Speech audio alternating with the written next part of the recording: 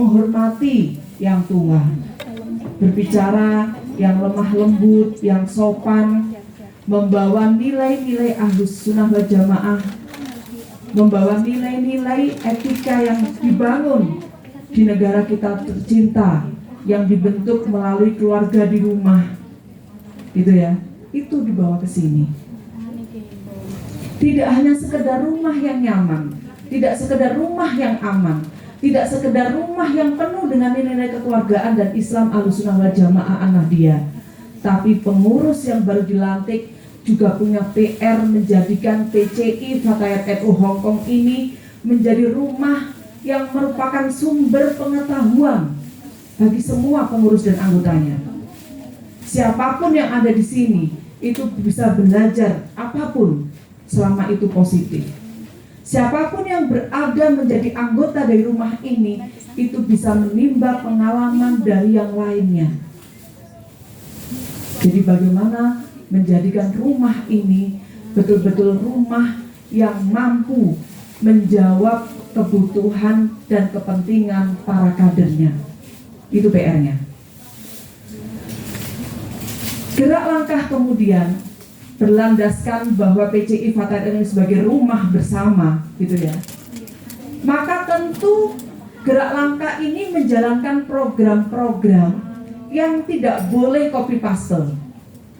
Nggak boleh ada program dari pusat langsung diambil, diikuti, dijalankan di sini tanpa dikaji, tanpa ditelaah apakah program itu sesuai dengan kebutuhan dan kepentingan pengurus dan kader yang ada di sini.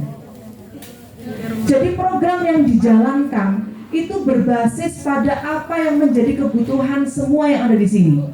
Bukan copy paste baik dari pusat atau kayaknya Mesir keren deh ini, saya mau niru Padahal seperti yang tadi saya sampaikan, PCI Fatayat NU Mesir nggak sama loh kondisinya dengan yang ada di Hong Kong. Berarti tidak bisa langsung copy paste tanpa ada pengkajian dan telaah sesuai nggak itu dengan sahabat-sahabat yang ada di Hong Kong ini. Jadi program kerja yang dijalankan itu kembali kepada apa yang menjadi kebutuhannya sahabat-sahabat yang ada di sini dengan warna yang ada di sini. Saya mencoba untuk melakukan refleks pada gerak langkah sahabat-sahabat PCI NU dimanapun berada. Dan untuk Hong Kong, saya kira melalui kesempatan yang berbahagia ini saya ingin menyampaikan sebenarnya gerak langkah PCI Fatayat NU Hong Kong itu juga tidak menjalankan seluruh. Kalau di Indonesia itu kan ada 7 bidang Fatayat ya, ada beberapa lembaga, itu juga nggak perlu semuanya dilaksanakan di sini. Pilih yang menjadi prioritas, pilih yang sesuai dengan kebutuhan sahabat-sahabat yang ada di sini. Yang pertama, kebutuhan untuk penguatan organisasi secara kelembagaan, secara struktur, dan juga penguatan kader, itu adalah hal yang tidak boleh ditinggalkan menjadi gerak Fatayat NU yang ada di Hong Kong. Kalau ini sudah ada PAC apa? Kunlong ya? Yunlong. Nah, ada PAC Yunlong. Berarti PR-nya adalah memungkinkan nggak mengakomodir sahabat-sahabat di daerah lain yang ada di sekitar Hong Kong, kemudian dibentuk menjadi PAC berikutnya. Itu salah satu contoh penguatan struktur kelembagaan organisasi yang ada di Hong Kong. Kalau kemudian di PAC yang sudah berdiri, kemarin pada saat awal berdiri ada 4 majelis taklim, maka PR-nya karena judulnya adalah penguatan kelembagaan, maka bisa nggak? Masa iya sudah 5 tahun berdiri masih sama aja 5 majelis taklim, nggak bertambah? Berarti ini stuck. Berarti ini belum berjalan, berarti ini belum bergerak. Maka bukti pergerakan untuk penguatan struktur kelembagaan itu adalah bertambah dong majelis taklimnya. 1 atau 2 itu sebagai sebuah prestasi dan bukti bahwa sahabat-sahabat bergerak bahwa sahabat-sahabat ini melangkah menuju penguatan struktur kelembagaan organisasi Fatayat NU di Hong Kong.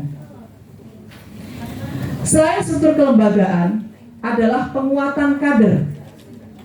Penguatan kader ini berarti lebih kepada SDM personal kader.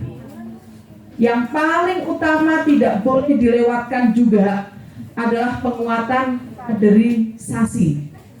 Karena sahabat-sahabat, Fatayat NU ini kalau di organisasi besar rumah kita, Nahdlatul Ulama, itu adalah salah satu garda depannya NU, salah satu organisasi kadernya NU. Maka tugas program kerja Fatayat itu tidak boleh meninggalkan kaderisasi. Di Fatayat itu ada latihan kader dasar, kemudian ada latihan kader lanjutan.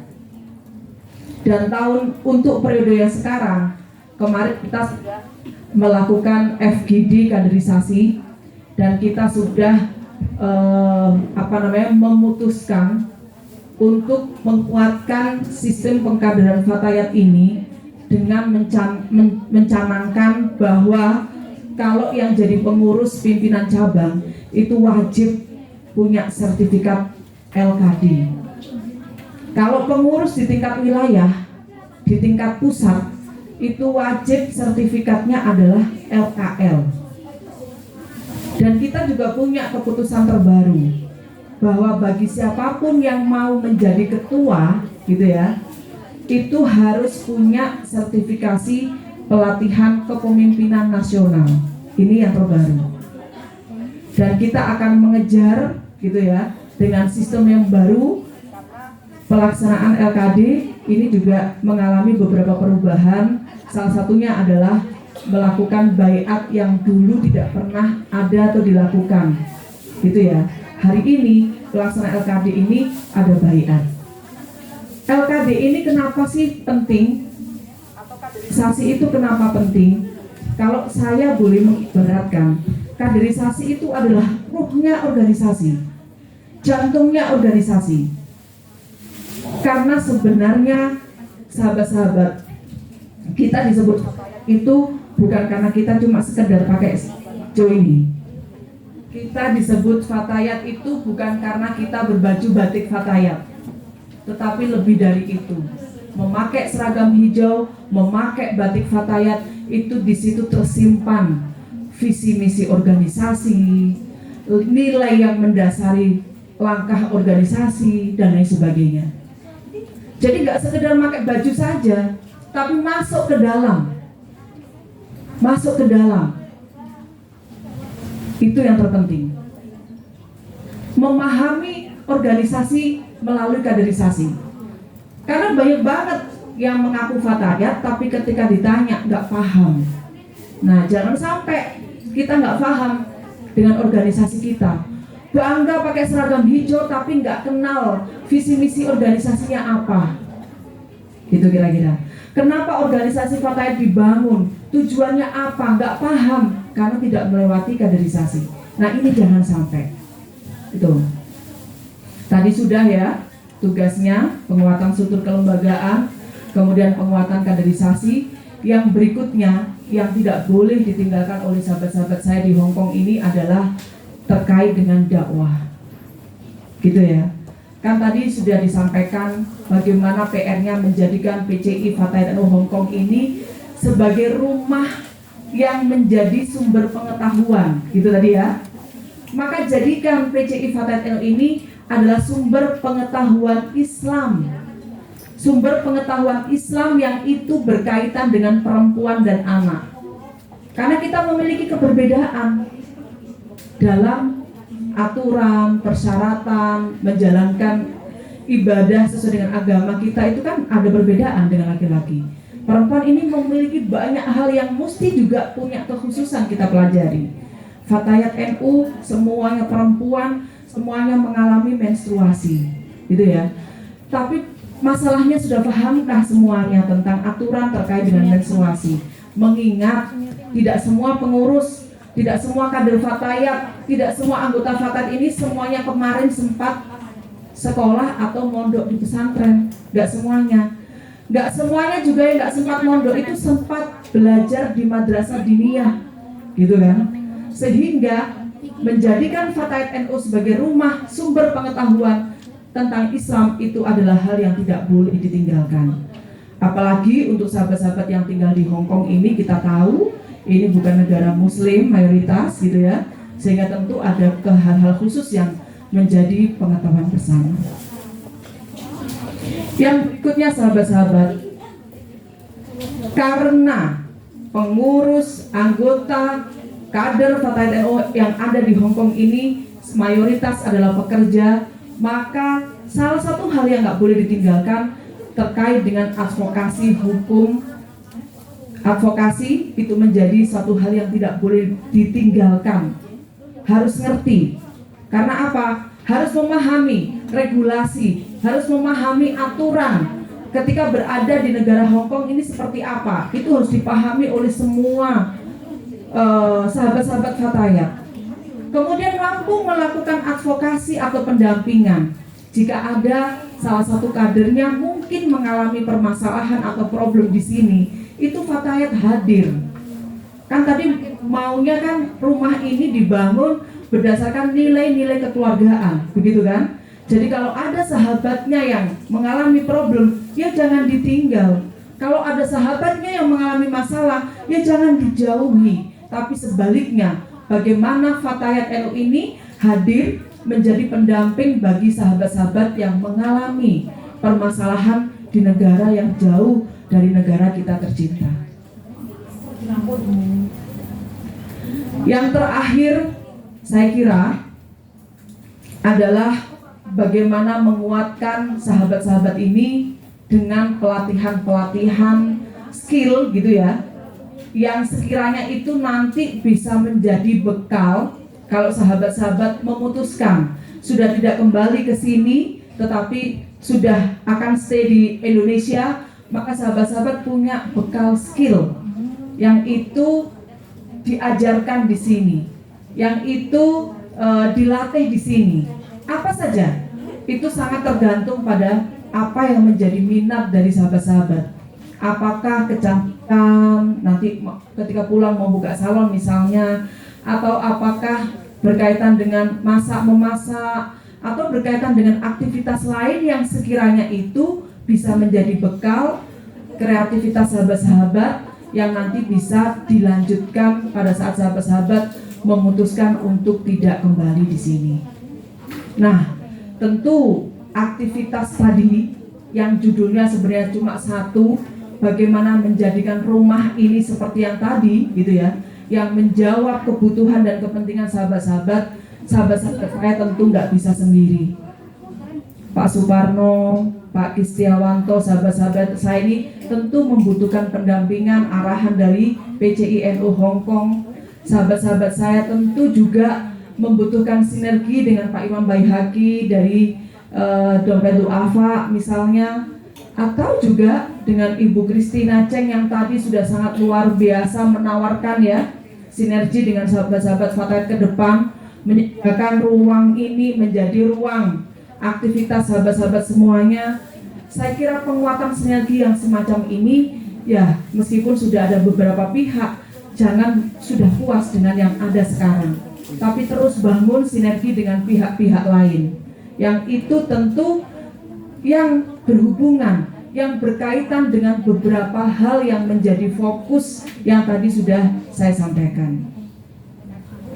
Sahabat-sahabat yang saya cintai dan yang saya banggakan, kemarin ketika baru datang di sini, saya kebetulan dijemput sama Pak Teguh dan kita sempat ngobrol, kemudian bertanya-tanya ada berapa sih jumlah pekerja Indonesia yang ada di sini. Beliau menyebutkan ada sekitar 190.000 ya, kalau nggak salah. Dan saya yakin bahwa sebagian besar dari 190.000 itu sebenarnya adalah kader-kader atau keluarga dari Nahdlatul Ulama sejak mereka semua belum berangkat ke sini. Gitu. Nah, yang menjadi keresahan kita adalah kita belum punya sistem yang cukup settle, katakanlah begitu.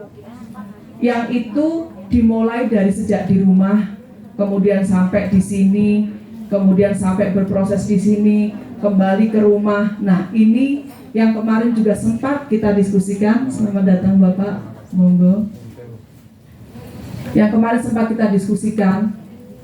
Jadi kan sebenarnya alumni Hong Kong ini kan sebenarnya banyak ya, termasuk alumni Fatayat dari Hong Kong ini kan juga banyak.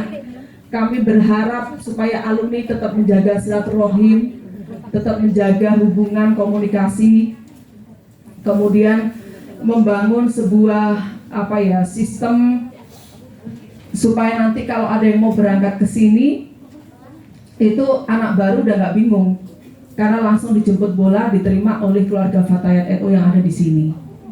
Jadi kalau ada anak baru langsung dirangkul, kemudian dibimbing, diarahkan bagaimana untuk bisa menjalani kehidupan di sini dengan nyaman, dengan aman, tetap menjaga nilai kekeluargaan dan Islam Ahlussunnah wal Jamaah Nahdiyahnya, gitu ya, menjadi bagian dari keluarga Fatayat NU Hong Kong.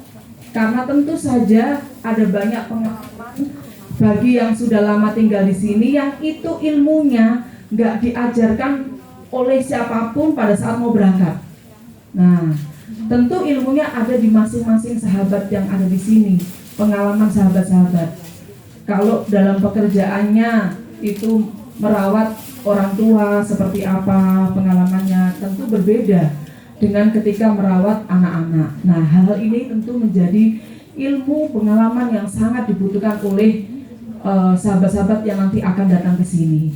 Jadi ada sistem jemput bola, mereka kemudian masuk ke sini. Mereka dipahamkan tentang regulasi yang ada di sini berkaitan dengan pendatang misalnya.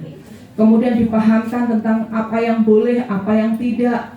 Kemudian di sini juga dididik, dilatih dengan skill-skill yang seperti tadi saya sampaikan, barangkali bisa menjadi bekal ketika sudah memutuskan tidak kembali di sini, dan ketika nanti kembali ke Indonesia, kembali bergabung dengan alumni-alumni Fatayat yang juga memiliki bekal-bekal atau bergabung dengan mungkin BLK memberikan pengalaman-pengalaman yang terkait. Nanti kita akan coba bantu bagaimana membangun sistem ini supaya ini bisa berjalan secara terpadu langsung gitu. Jadi nggak ada ceritanya ada keluarga NU yang datang ke sini, Fatayat NU, tapi tidak menjadi bagian. Itu yang kemudian kita hindari. Nah, untuk menuju ke sana sahabat-sahabat, kami dari pimpinan pusat menyiapkan diri. Saatnya sahabat-sahabat membutuhkan kita bersinergi lebih kuat. Saya juga kemarin sampaikan juga ke Mbak Yamini, ayo manfaatkan ilmu pengetahuan kita, kemudian jejaring kita juga. Pembekalan kepada sahabat-sahabat hari ini bisa dilakukan secara online. Bila perlu jangan sampai hari Minggu di Hong Kong itu hari Minggu yang sepi, nggak ada apa-apa di sini. Jangan sampai. Tapi ramaikan dengan aktivitas yang paralel, nggak apa-apa, sesuai dengan minat bakat sahabat-sahabat. Yang minatnya memang ingin mengetahui tentang keorganisasian secara lebih dalam, ayo kita diskusi online. Yang minatnya tentang advokasi misalnya, ayo kita diskusi online.